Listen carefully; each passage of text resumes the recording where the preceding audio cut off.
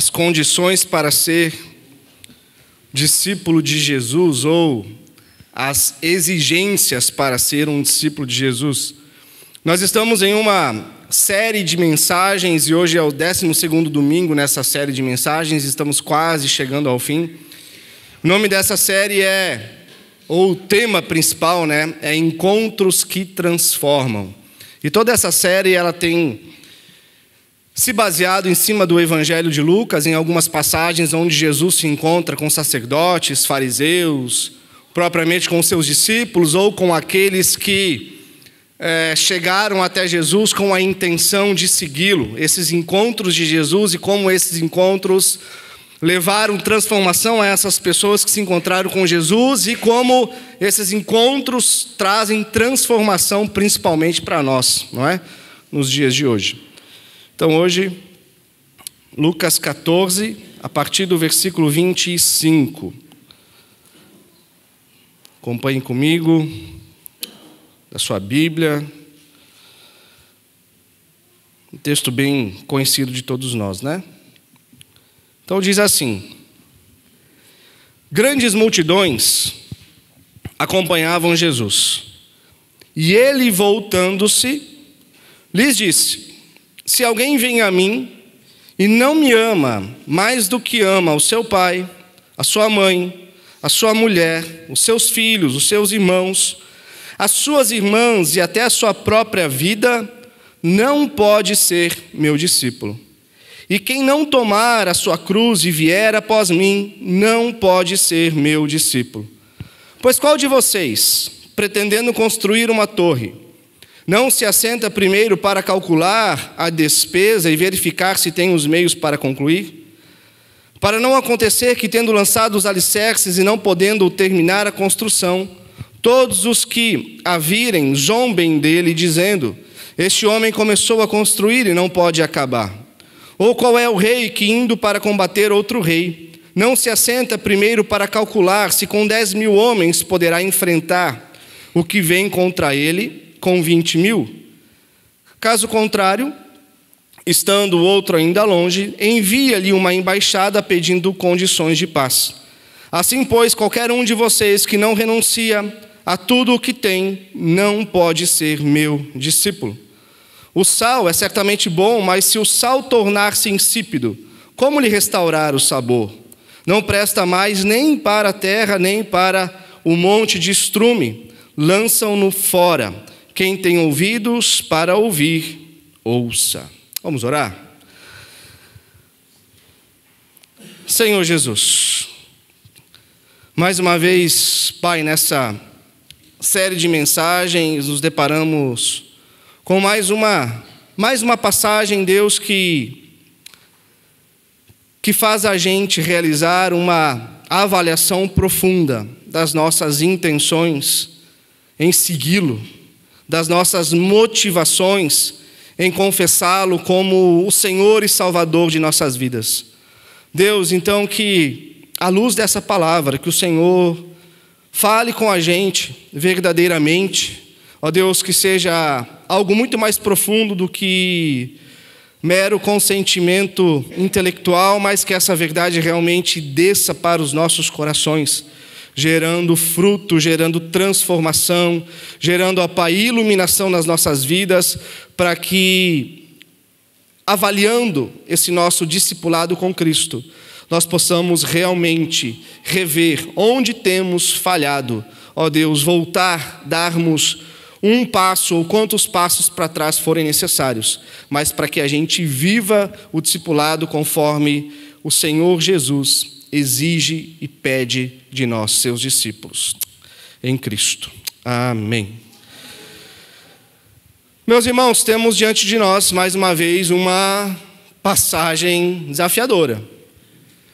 E diante dessa passagem desafiadora, nós temos aqui aquilo que são, podemos dizer tranquilamente, as colunas, a base, toda a estrutura de alguém que faz a confissão de querer seguir a Jesus e de ouvir aquilo que é seguir a Jesus. mas que nenhum de nós, ao final dessa reflexão, saiamos daqui como, por exemplo, o jovem rico. Lembram do jovem rico?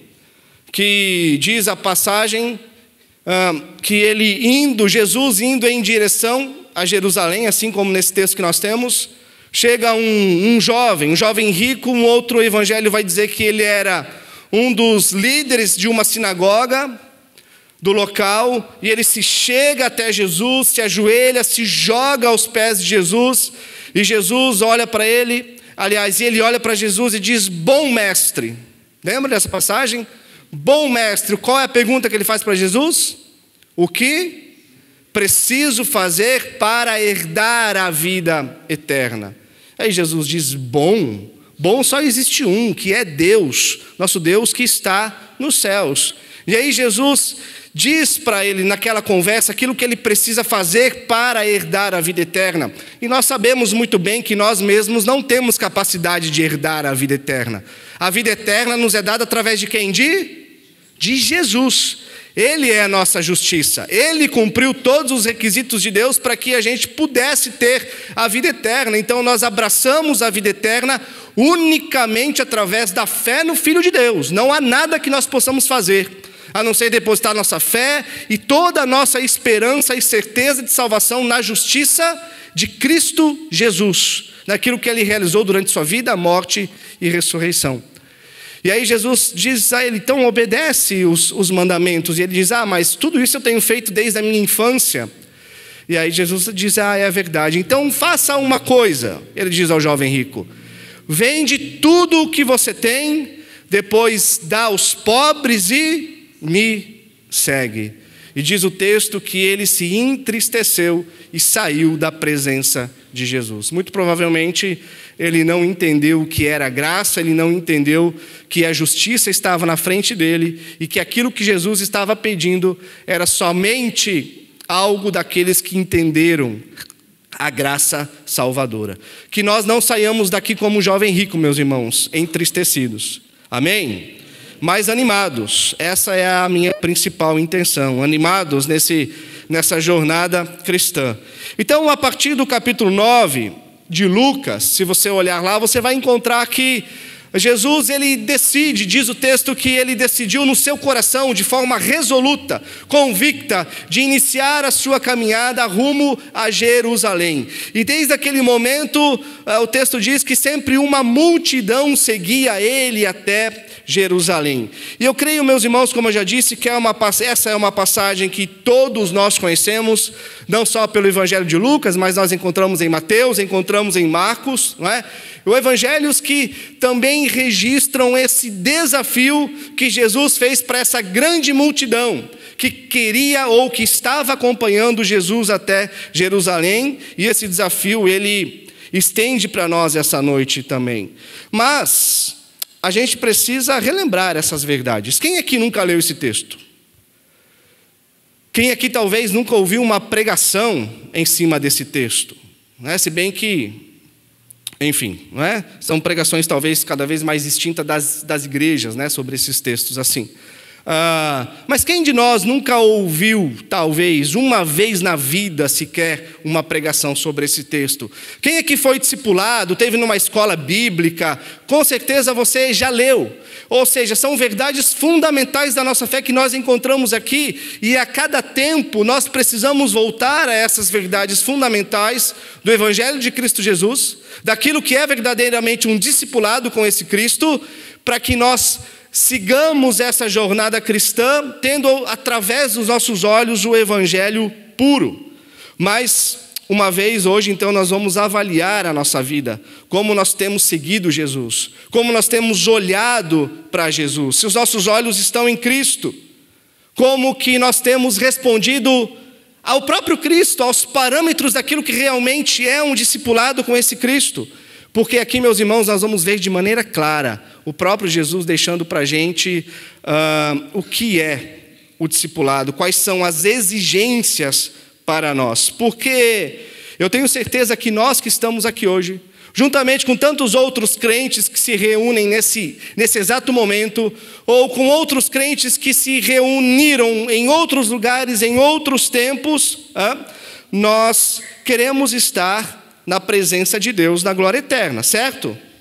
Então, nós sabemos que Jesus fala muito a respeito do grande banquete do qual nós participaremos na glória, não é? Mas esse banquete é pautado pelo quê? Por vidas que olharam para Cristo, por vidas que pautaram toda a sua caminhada tendo Cristo como a grande referência. E ter Jesus sempre diante dos nossos olhos é algo fácil ou difícil? É algo fácil ou difícil? Fácil. Tá bom. Amém. Glória a Deus. Não é? Que seja realmente fácil. Mas nós temos uma grande concorrência para ter Jesus diante dos nossos olhos, sempre, todos os dias, a todo momento. Primeiro é o nosso próprio coração pecaminoso. Ele tende a correr para os seus próprios sentimentos, seus próprios desejos, para a sua própria satisfação. Segundo, são as demandas do mundo, que tende a entregar para nós aquilo que o nosso coração pecaminoso deseja. E terceiro é o diabo, o inimigo das nossas almas, que faz todo o esforço necessário para fazer com que o nosso coração se desvie e imediatamente os nossos olhos se desviem de Cristo.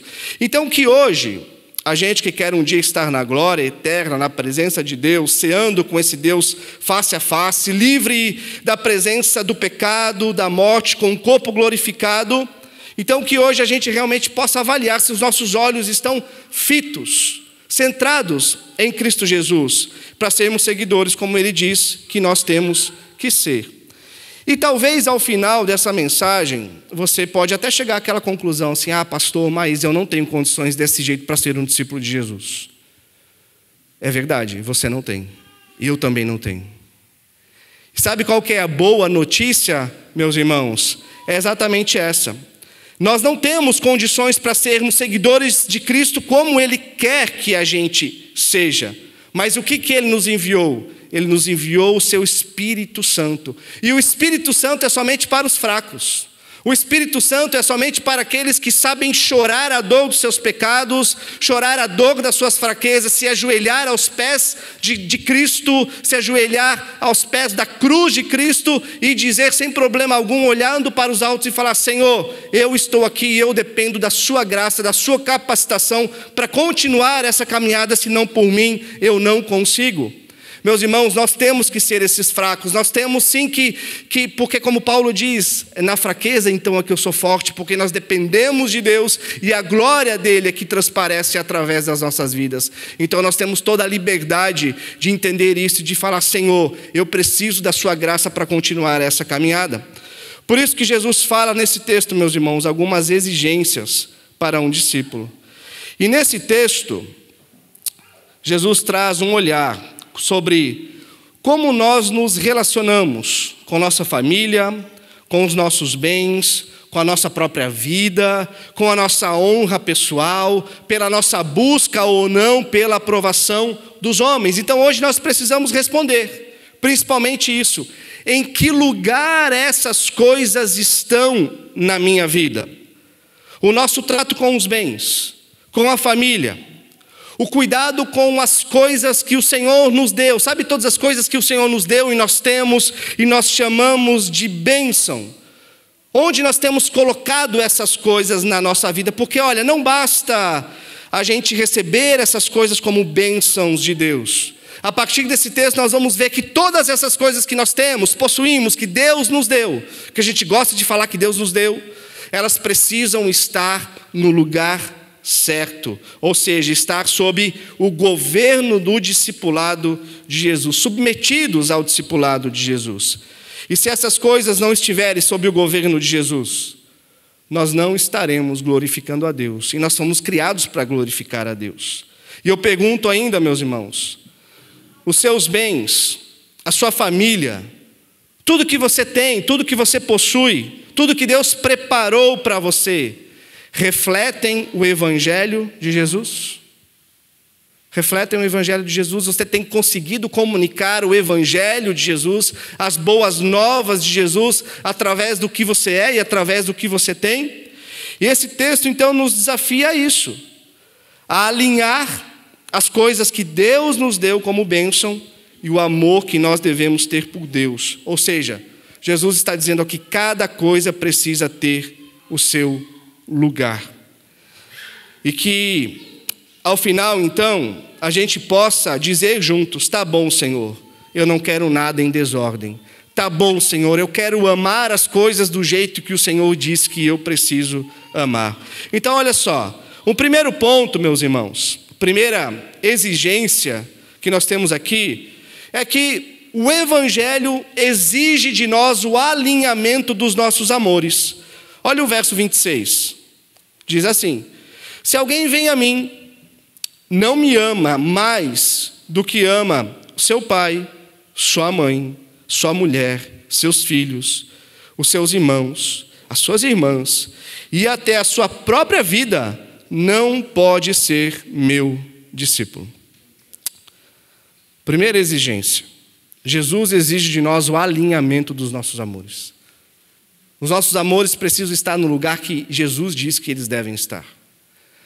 Talvez, tem alguma Bíblia aí que traz a tradução: se alguém não aborrece seu pai, sua mãe, se alguém não odeia seu pai, sua mãe, traz? Isso, né? Umas traduções um pouco mais antigas vão trazer, porque é bem nesse sentido que Jesus está falando mesmo. Na questão de odiar, mas calma. Jesus não está falando aqui sobre tratar mal, sobre odiar literalmente, né? Jesus não está falando nesse sentido. A ideia, meus irmãos, é que Jesus está falando: você precisa estar disposto a amar menos essas coisas. Nós precisamos estar dispostos a amar menos essas coisas.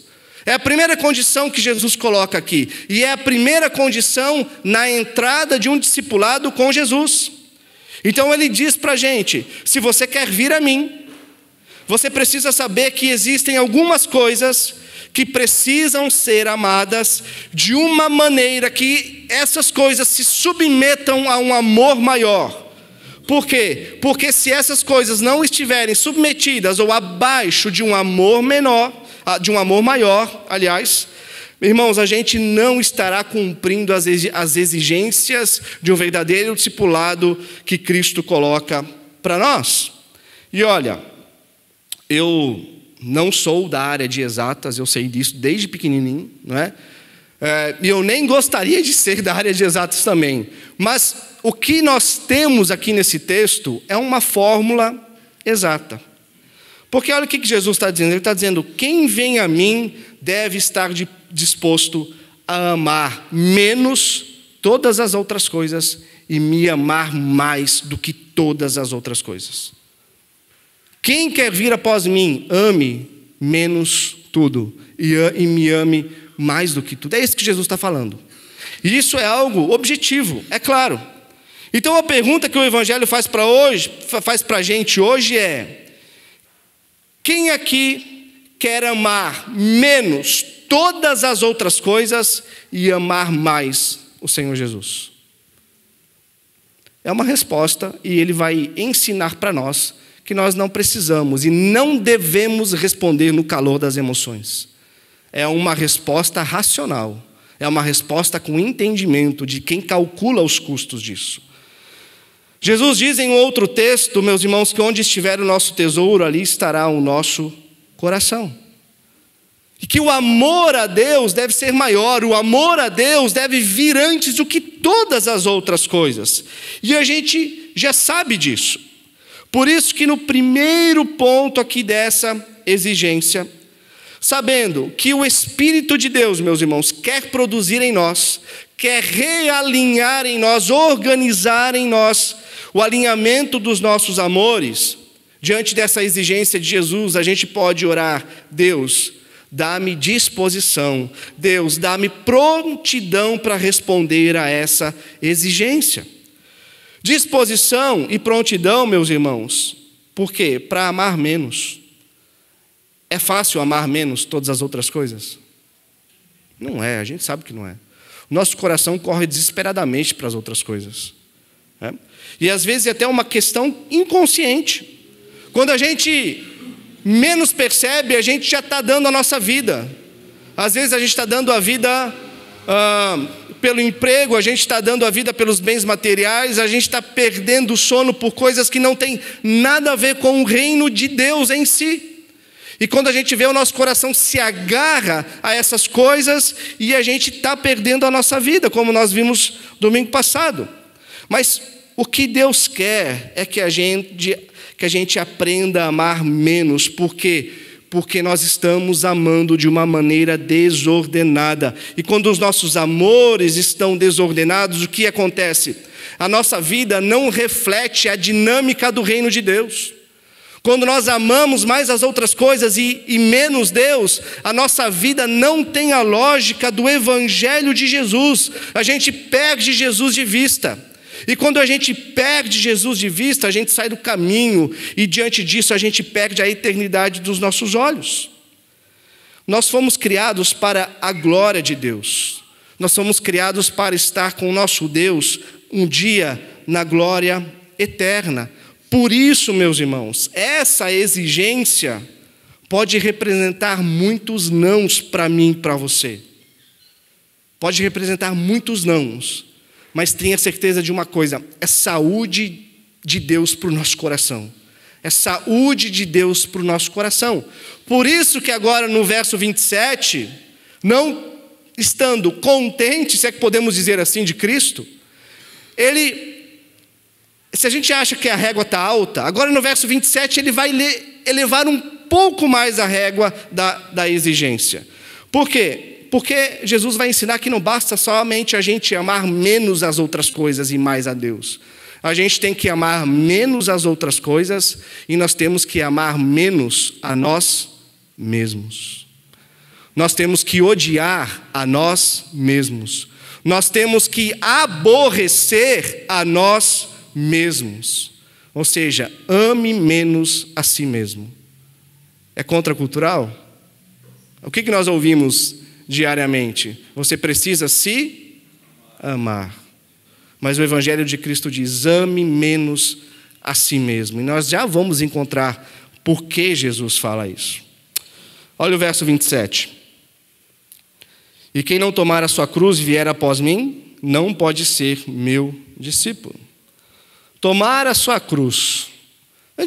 A gente ouve hoje isso, fala, tomar a sua cruz, né? A gente nem dá muito significado, muita profundidade para isso. Mas um cidadão da Palestina, naquele tempo, naquele contexto, ouvindo isso de Jesus, ele entendia perfeitamente o que era tomar a sua cruz. Porque o sentido da cruz era o quê? Morte. Se alguém falasse de cruz, sabia que o peso de cruz significava morte.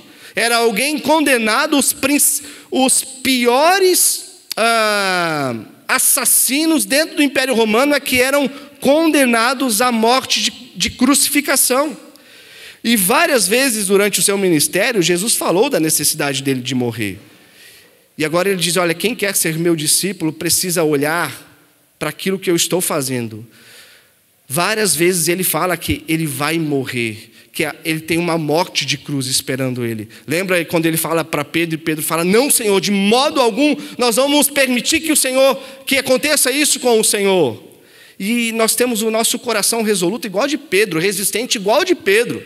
Nós temos aqui um chamado dizendo para a gente pegar a nossa cruz e seguir a Jesus, mas o nosso coração está dizendo, não pega a sua cruz não, ame a si mesmo. Ame cada vez mais a si mesmo. E meus irmãos, esse é um dos maiores problemas da humanidade hoje. O problema é que as pessoas se amam demais. É um dos grandes problemas. Então, o segundo desafio que nós temos aqui é amar menos você mesmo. E essa cruz representa uma negação completa de si mesmo. Uma negação completa, uma morte para a gente mesmo. Agora, quando a gente prova essa morte da gente mesmo, sabe qual que é o grande ponto positivo disso? É que nós provamos uma liberdade da gente mesmo. Como que o nosso coração é? Ele é bom ou mau? Nosso coração é mau. O que diz Romanos 3? Não há quem entenda, não há um que busque a Deus. Todos se desviaram, todos se tornaram nulos em seu próprio entendimento. Não é? Romanos 3 diz assim: veneno de víbora está na língua da humanidade, a sua garganta é sepulcro aberto. Ali está o reflexo daquilo que é a humanidade. Então, Jesus está dizendo: olha, se você não morrer para si mesmo, você não pode ser liberto de si mesmo e continuará um escravo. Mas se você carregar a sua cruz, morrer para si mesmo, você estará liberto de si mesmo para servir a mim. Você estará liberto de si mesmo para a liberdade que somente o Evangelho de Cristo pode nos dar. Meus irmãos, é sermos libertos de nós mesmos para seguir o nosso Salvador, o nosso Redentor, porque Ele é único. É muito melhor seguir a Cristo do que seguir a gente. Somente Ele, como diz o próprio Pedro, tem as palavras de vida eterna, não tem outro a quem a gente ir. Então entenda, diante disso, é uma mudança significativa de você para Ele. É eu sair de mim, é eu sair de uma vida autocentrada em mim para centrar toda a minha existência na pessoa, na beleza do ser que é Cristo Jesus. Então Jesus está dizendo que aquele que quer segui-lo precisa aprender a amar menos a si mesmo, saber aborrecer a si mesmo. Mas como eu já disse antes, a gente vive em um mundo em que as coisas são para nós. É mais da gente na gente mesmo. Mas o Evangelho de Cristo Jesus não vai nessa direção. Paulo, ele diz que aprove a Deus revelar o Filho dele através de Paulo. Ou seja, é Jesus através de nós, meus irmãos. E isso é o quê? É uma liberdade da gente poder dizer: eu não estou andando em mim mesmo. Eu não governo a mim mesmo. Eu não tenho as rédeas da minha vida nas minhas mãos. Eu não sou o dono dos meus caminhos, mas os meus caminhos dependem de Cristo. Os meus olhos estão postos em Cristo. Ele é o governante da minha vida. Ele não é somente o Salvador, mas o Senhor da minha existência também. Então aquilo que Ele diz, eu sigo. E só quem é liberto de si mesmo é que pode viver essa exigência tão profunda do Evangelho de Cristo. Então, é uma liberdade que negar a si mesmo nos dá, que quando a gente prova isso, a gente não tem outra escolha a não ser dizer: eu quero mais.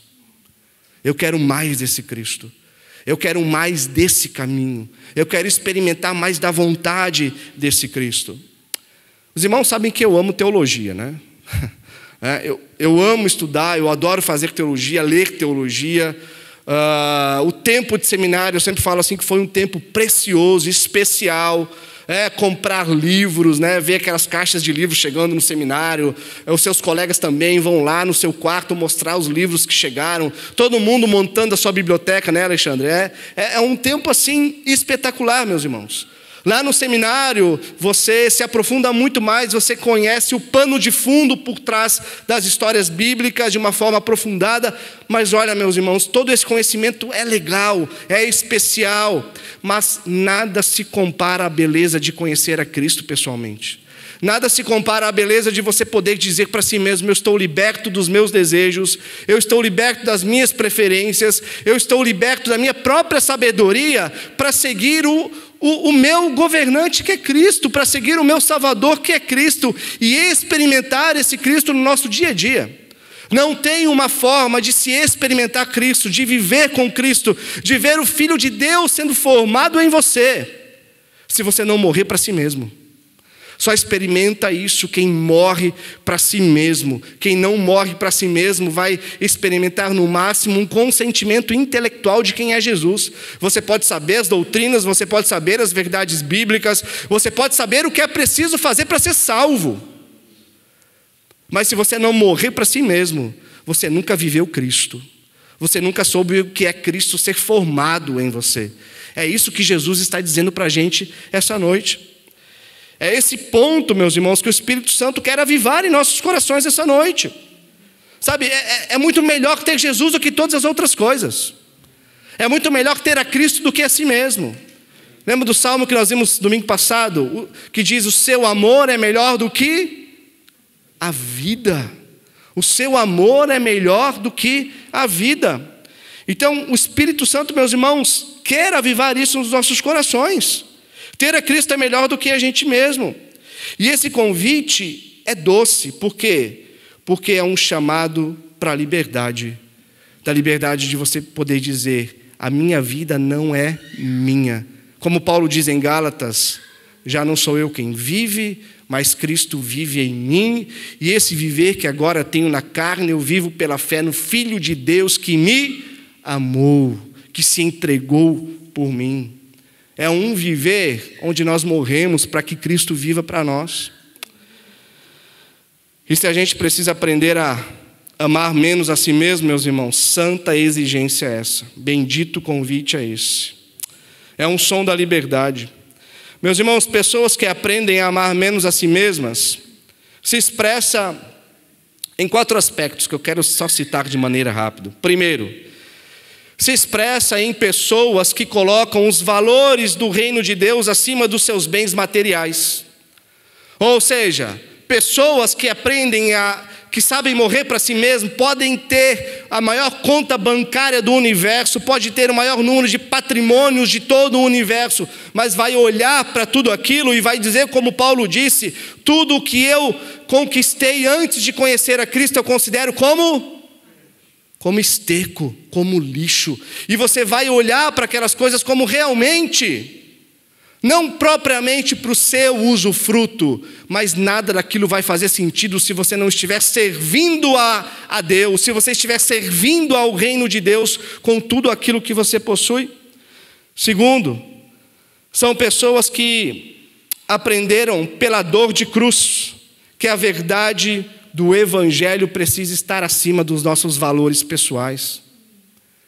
Sabe, os nossos achismos, a nossa própria sabedoria, muitos valores que a gente constrói com a vida, com as experiências, muitos valores que a gente traz de pequenos, que nos ensinaram, todas essas coisas não podem ter maior validade do que os valores que nós encontramos acerca do reino de Deus.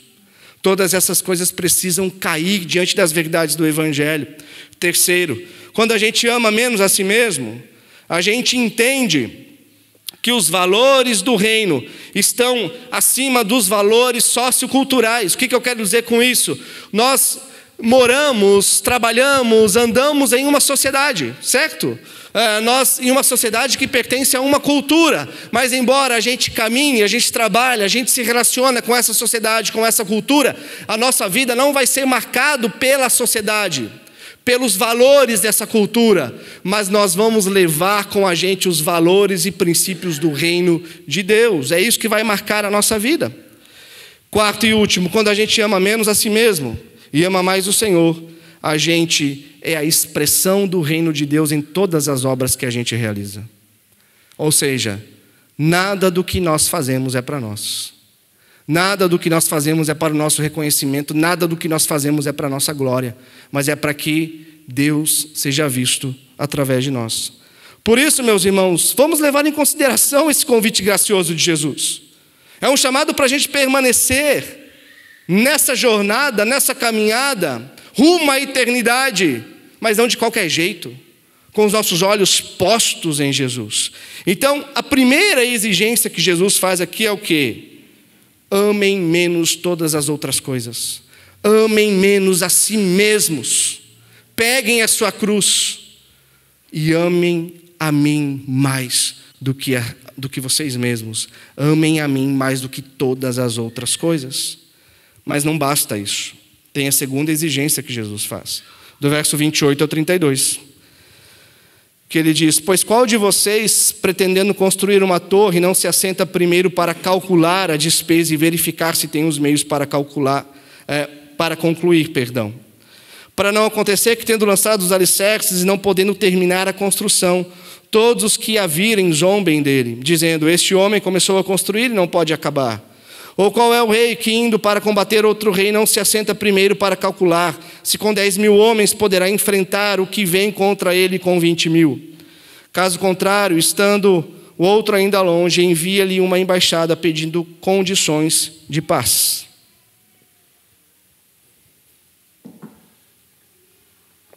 Então, qual é a segunda exigência que Jesus nos faz?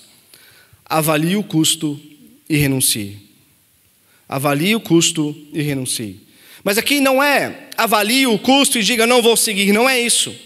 Meus irmãos, é avalie o custo e a partir dessa avaliação, perceba o tamanho da renúncia. Avalie o custo e a partir dessa avaliação, perceba a proporção dessa renúncia que o Evangelho apresenta graciosamente diante de mim e diante de você. Porque, irmãos, não dá para a gente negar. E o Evangelho é isso. Tem um custo de renunciar a você mesmo. Tem ou não tem? Tem um custo de renunciar a você mesmo. Tem um custo de você amar menos todas as outras coisas para amar mais a Deus. Tem um custo. E o que Jesus está falando para a gente? Façam um cálculo, avaliem, façam as medidas necessárias. Porque ele está dizendo, olha, é loucura, é insensatez você se colocar nesse caminho e não ter avaliado o custo disso. Outras pessoas, diz o Evangelho de Lucas, lá no capítulo 9, quando Jesus inicia sua caminhada para Jerusalém, uns dizem assim, Senhor, eu quero te seguir. E o que Jesus fala? Olha, as aves têm seus ninhos, as raposas têm as suas covas, mas o Filho do Homem não tem nem onde reclinar a cabeça. Então, na entrada do discipulado, meus irmãos, Jesus está dizendo, não tome uma decisão sem avaliar. E é Ele mesmo que pede para a gente fazer essa avaliação. E aí você pode estar pensando, nossa, mas é duro demais, né? Como é que a gente vai encher a igreja desse jeito, né? Como é que a gente vai agradar pessoas desse jeito? Irmãos, Jesus ele sempre se preocupou com a verdade. E a gente tem que pregar aquilo que Jesus falou para a gente pregar. E anunciar da forma que Ele falou que nós precisamos anunciar. Né? E o que Ele pede para a gente pregar? Ame menos as outras coisas. Ame menos a si mesmo. E ame a Deus acima de tudo. Então, é uma libertação da gente, para a gente provar Jesus. E Jesus Cristo está dizendo, avalie, faça cálculos, faça as medidas necessárias hoje, veja o tamanho dessa renúncia, porque o Evangelho pede de mim e de você renúncia. E ele usa 2 exemplos para a gente aqui dessa insensatez, né, dessa loucura. Primeiro ele fala do construtor, que deixa a obra inacabada. Começou, não fez o cálculo e tal, e não conseguiu chegar até o final. E o segundo, um rei que pega o seu exército e vai combater contra um outro rei com outro exército, que era o dobro dele. E ele não fez os cálculos. E aí ele passa vergonha, porque aí ele tem que enviar uma embaixada para ir falar, olha, eu vim aqui para a gente selar a paz, eu estou levantando bandeira branca. Né? Por isso, meus irmãos, o custo do discipulado exige da gente uma decisão consciente do preço da entrega. É uma decisão racional. Não é uma decisão que é levada pela emoção. Não é uma decisão que deve ser levada pelo sentimentalismo. A emoção acompanha? Claro que acompanha. O sentimento acompanha? É claro que o sentimento acompanha o conhecimento, o entendimento dessa verdade. Mas a gente precisa calcular, fazer essa avaliação que o Evangelho de Cristo exige de mim e de você, para ver se a gente realmente está disposto para dizer a Jesus, eu renuncio a mim, eu renuncio, Senhor, todas as minhas coisas, se preciso for para te seguir, porque Ele fez esse pedido para um jovem rico, Ele pode fazer para você amanhã depois, Ele pode fazer para mim. Qual será a nossa resposta diante disso? Qual será? Né? Tem portas, meus irmãos, que o Evangelho fecha e a gente não consegue abrir. Talvez você se lembre de momentos da sua jornada, que Cristo fechou as portas para você com um tremendo não, e não teve o que abrisse, e você teve que renunciar. E não é porque Deus é malvado, mas uma realidade é essa: o Evangelho de Cristo Jesus, ele fecha portas para a gente. E a gente, por amor a Cristo, nós precisamos entender isso da perspectiva de Deus, sem se vitimizar, não é? Sem se vitimizar, de ainda olhar para os céus e dizer: Senhor, que bênção a tua vontade. Que bom, Senhor, que a sua vontade se estabeleceu sobre a minha vida. Porque nós não estamos habilitados, meus irmãos, ou na condição de impor condições. As condições quem impõe é quem? É Deus, é o próprio Cristo. Se vocês querem ser meus discípulos, é assim, assim, assim. As exigências quem impõe é Jesus. Então é preciso avaliar. Há coisas, meus irmãos, que nós precisamos abandonar por amor a Cristo. E eu quero pedir para você hoje: há coisas que você precisa abandonar por amor a Cristo. Há coisas que você tem amado mais do que a Cristo, e com isso impedido que o seu discipulado com Cristo seja realmente um discipulado transformador, onde você possa ver o Filho de Deus sendo gerado em você verdadeiramente. Há prazeres da nossa carne que nós precisamos abandonar. Há muitas coisas, mas eu não quero trazer isso daquela perspectiva moralista, chata, sabe? Isso você pode, isso você não pode, isso você pode, isso você não pode. Não é assim, meus irmãos. Mas é a gente olhar para aquilo que o Evangelho de Cristo diz, e a gente em adoração, e a gente com o nosso coração fervendo, olhar para esse Cristo e dizer: tá bom, se é assim que o Senhor diz, é assim que eu vou fazer. Se a sua palavra diz A, eu vou fazer A. Se a tua palavra diz B, eu vou fazer B. Eu não vou teimar com as vontades do meu coração. Mas é possível isso através de um coração submetido, entendendo a sua fraqueza, dependendo do Espírito Santo. Então essa avaliação honesta, meus irmãos, lança a base para o nosso caminho, para a gente saber de forma clara o que nós precisamos renunciar na nossa vida. Eu tenho testemunho de 3 pessoas que eu conheci e conheço pessoalmente. 2 delas eu conheço de forma mais profunda. Uma eu estive com ela algumas vezes. O primeiro testemunho é de um homem chamado Edson, de um senhor já, avô, já está ali com seus 70 e poucos anos. Mas, quando ele era um jovem homem, ali com seus 30 e tantos, ele trabalhava em um banco. E ele tinha um salário muito bom. E durante o seu tempo de trabalho nesse banco, ele conheceu a Cristo e converteu-se a Cristo Jesus. Só que ele se deparou dentro do seu trabalho, na dinâmica do seu trabalho, nas suas relações socioculturais dentro da agência bancária, que a vida dele estava sendo marcada pela cultura e não pelo Evangelho, pelas coisas que ele era obrigado a realizar dentro do banco, que eram coisas ilícitas. E um dia ele chegou para o seu gerente e falou: olha, se eu tiver que continuar fazendo essas coisas, eu quero pedir a minha conta. E o gerente falou: não, se você quiser continuar aqui, vai ser assim. Então ele falou: então, me dá a conta. E ele saiu dessa agência bancária, onde ele tinha um excelente rendimento, e ele nunca mais conseguiu um trabalho rentável financeiramente como aquele. E aí ele passou a vender produtos naturais, de porta em porta, de casa em casa. E o que ele fez com isso? Ele levou o Evangelho de Cristo, tendo o necessário, mas sendo totalmente satisfeito e contente naquilo que ele realizava. O segundo testemunho, de um homem chamado Paulo Capelletti. Ele tem... Eu já trouxe... Conhece, Alexandre? Conhece? Ele tem um testemunho muito legal, porque esse homem, também na sua juventude, ele era um engenheiro, eu até falei na terça-feira. Ele era um engenheiro de uma grande indústria de automóveis aqui no Brasil, a Volks. Eu falei 20 anos, né? Mas é mais do que isso, porque faz 10 anos que eu ouvi essa história, então já fazem 30. Há 30 anos atrás ele ganhava ali a base de 30 mil reais por mês. Você sabe o que é isso? Há 30 anos atrás, 30 mil reais por mês? E ele renunciou, porque ele viu que a sua vida não glorificava a Deus. Eu não estou dizendo que ele não poderia glorificar a Deus através daquilo, ele poderia. Mas ele renunciou àquilo, eu não estou falando que você deve fazer isso, mas ele renunciou àquilo para trabalhar com moradores de rua, abrir um abrigo especialmente para travestis.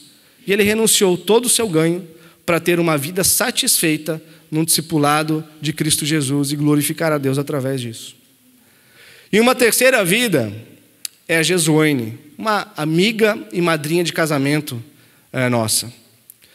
Ela, em um momento muito difícil da sua empresa, a empresa estava à beira da falência, e a supervisora de setor, ela era responsável pelo setor financeiro, por pagar as contas e o recebimento.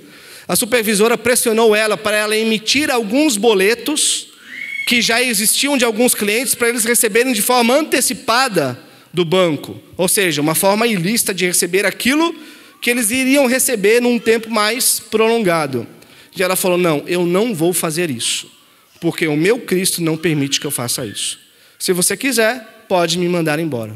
Ela não foi mandada embora porque ela tinha uma competência tremenda e ela era exemplo dentro do seu setor, mas isso foi passado para uma outra pessoa fazer e essa outra pessoa fez, né?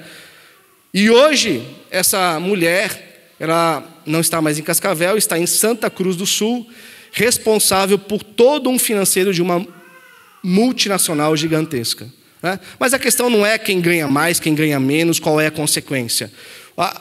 A questão, meus irmãos, é o que essas pessoas têm em comum. É que o Evangelho de Cristo Jesus se sobressaiu na vida delas. E o que o testemunho delas nos mostra? Que a gente precisa aprender a avaliar o custo de um discipulado com Cristo Jesus e fazer renúncias. As exigências de um discipulado com Cristo Jesus nos cobram renúncias para a gente realmente poder olhar para Cristo e falar: o Senhor é o meu Senhor e meu Salvador. E eu não sei, talvez alguém aqui tenha passado por alguma coisa assim.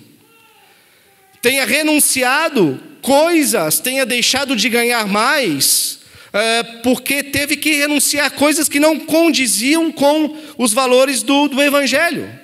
Talvez algum dia na sua vida você precisou aguentar insultos, calado, de alguém que te tratava mal, e ainda você passou a tratar essa pessoa bem, e ainda se remoendo por dentro, mas entendendo que o amor de Deus era o suficiente para você amar essa pessoa. E ao ouvir todas essas coisas, meus irmãos, talvez você poderia dizer assim: ah, pastor, mas eu não poderia somente orar por essa situação e ver o que Deus vai pôr diante de mim? Eu não poderia somente, pastor, orar por essa pessoa que me trata mal para que Deus coloque a mão no coração e transforme ela? Não. O Evangelho nos cobra decisões pontuais. Isso é a renúncia. O Evangelho nos cobra que a gente ame, não apenas ore, mas ame essa pessoa. E amar pessoas que nos tratam mal, isso é renúncia. Então, no poder do Espírito, meus irmãos, a gente pode aguentar afrontas, renúncias. A nossa carne, ela vai urrar, vai gritar. Mas ainda a gente vai poder olhar para os céus e dizer: está tudo certo, Senhor. Está tudo certo. Como diz Paulo: quando eu sou fraco, é que eu sou forte. O amor de Deus é derramado em nosso coração. Como diz Paulo ainda em Romanos 1,14, ele diz: eu sou devedor. Olha o que Paulo fala. Eu acho esse versículo aqui um dos mais fantásticos das Escrituras. Ele diz: porque eu sou devedor, tanto a gregos como a bárbaros, tanto a sábios como a insensatos. Ou seja, nós precisamos ser fracos para que a força de Deus transpareça através de nós. Nós temos o amor de Deus derramado em nosso coração para que a gente possa amar qualquer tipo de pessoa. E nós temos o Evangelho de Deus em nossa vida, o que nos torna devedor a todo aquele que não conhece esse Evangelho.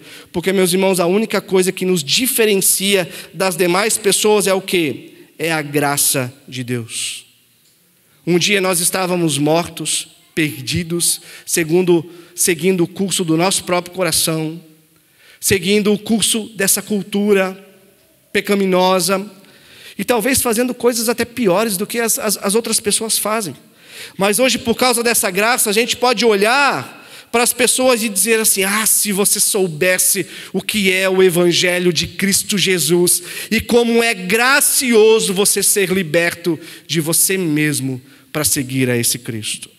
É só por graça que a gente pode fazer isso. E aí nos versos 34 ao 35, fica o alerta. O sal é certamente bom, mas se o sal se tornar insípido, como lhe restaurar o sabor? Não presta mais nem para a terra, nem para um monte de estrume. Lançam-no fora. Quem tem ouvidos para ouvir, ouça. Então aqui fica o alerta para a gente que estamos nessa jornada. Jesus está dizendo: olha, não vamos desistir, porque as exigências estão muito altas. Jesus está falando: olha, discípulo que está nessa jornada e que desiste na jornada, porque as exigências são altas demais, porque os parâmetros de Jesus, meus irmãos, são altos demais. O que diz o texto? Que é como sal o quê?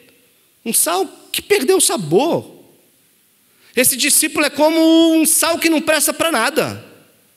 É um sal que não tem valor nenhum. E é assim que Jesus termina: quem tem ouvidos para ouvir, ouça. Porque nós podemos escutar muitas coisas, né? Mas ouvir de fato, é só aqueles que querem ser transformados. Ouvir de fato é só aqueles que querem se submeter à vontade desse Cristo. E eu sei, meus irmãos, que a palavra de Cristo é dura para a gente. Mas, de novo, benditas são essas palavras que nos dão a oportunidade de avaliar a nossa caminhada e de nos alinhar com as exigências de Jesus. Então, concluindo, existe um ponto onde você precisa voltar? Existe alguma verdade nas Escrituras onde você olha para ela e você diz: é verdade, eu preciso voltar atrás? Lembra que lá em Apocalipse Jesus diz para a igreja de Éfeso: lembra-te de onde caíste, se arrependa e volte. Lembra-se de onde caíste. Qual verdade das Escrituras, meu irmão, minha irmã, que é difícil para você digerir?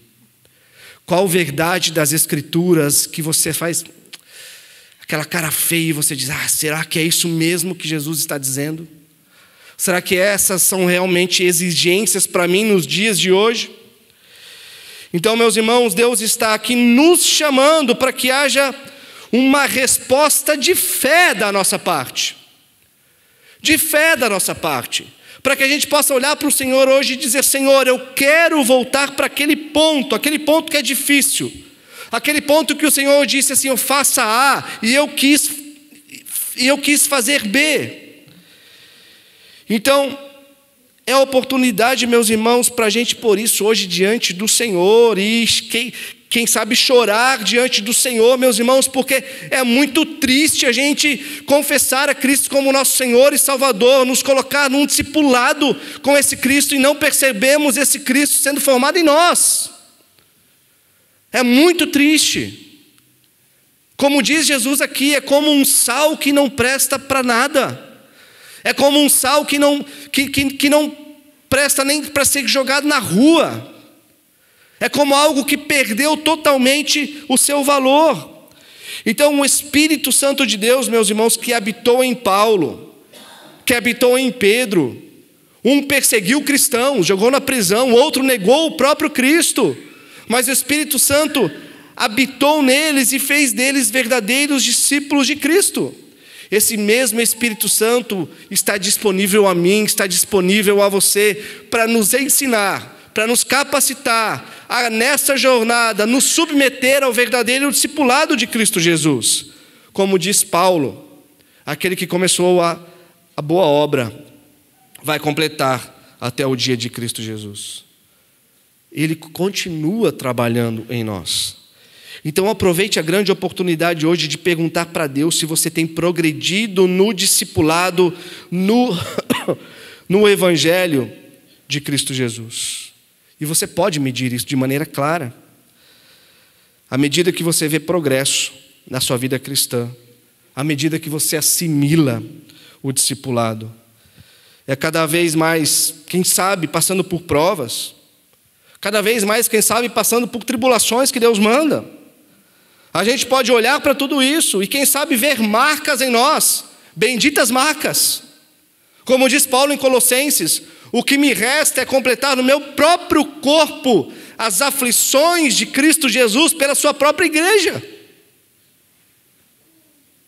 Amar menos a si mesmo, viver por Cristo, e se preciso for completar as marcas de Cristo no nosso corpo, para que Cristo seja visto através de nós.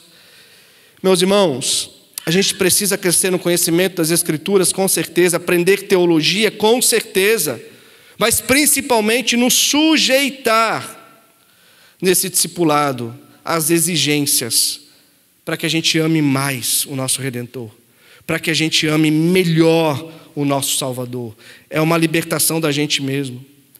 Que nessa noite a gente seja despertado para amá-lo mais, para amá-lo melhor. Que os nossos amores sejam ordenados pelo Evangelho de Cristo Jesus e que a gente experimente essa doçura do quanto é bom amar a Deus acima de todas as coisas. Quando isso acontece, meus irmãos, a gente obedece. Quando isso acontece, a gente depende de Deus. Quando isso acontece, e só assim, a gente vai saber o que é o Espírito Santo de Deus agindo em nossas vidas, formando o Filho de Deus em nós. Então, meus irmãos, vamos responder a esse desafio com fé?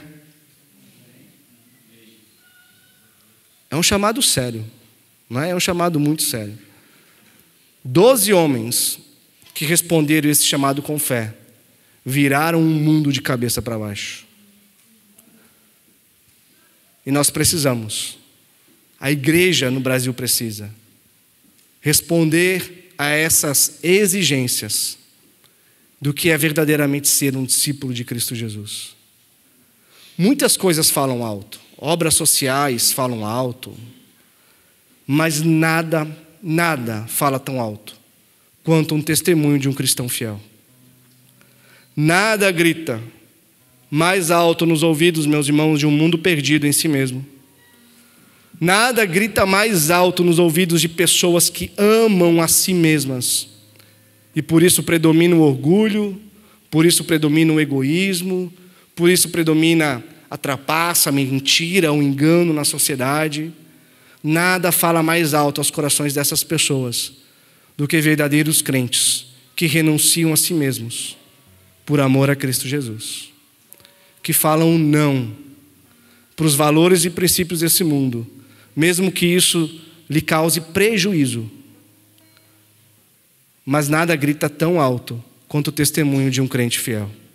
Que nós sejamos esses crentes fiéis, que a gente ande por fé, crendo que Deus, como nós vimos já, independente das nossas escolhas, mas se elas sempre forem em prol do reino, Deus sempre vai suprir aquilo que nos é necessário. Ele sempre vai nos guardar. Amém, meus irmãos? Você pode se colocar de pé? Quero te convidar a orar. E em seguida nós vamos cantar uma última canção.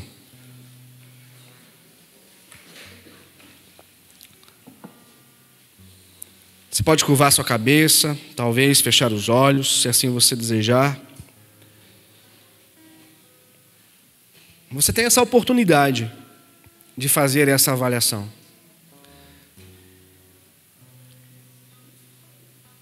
Cristo, Ele é Salvador, mas Ele também é Senhor.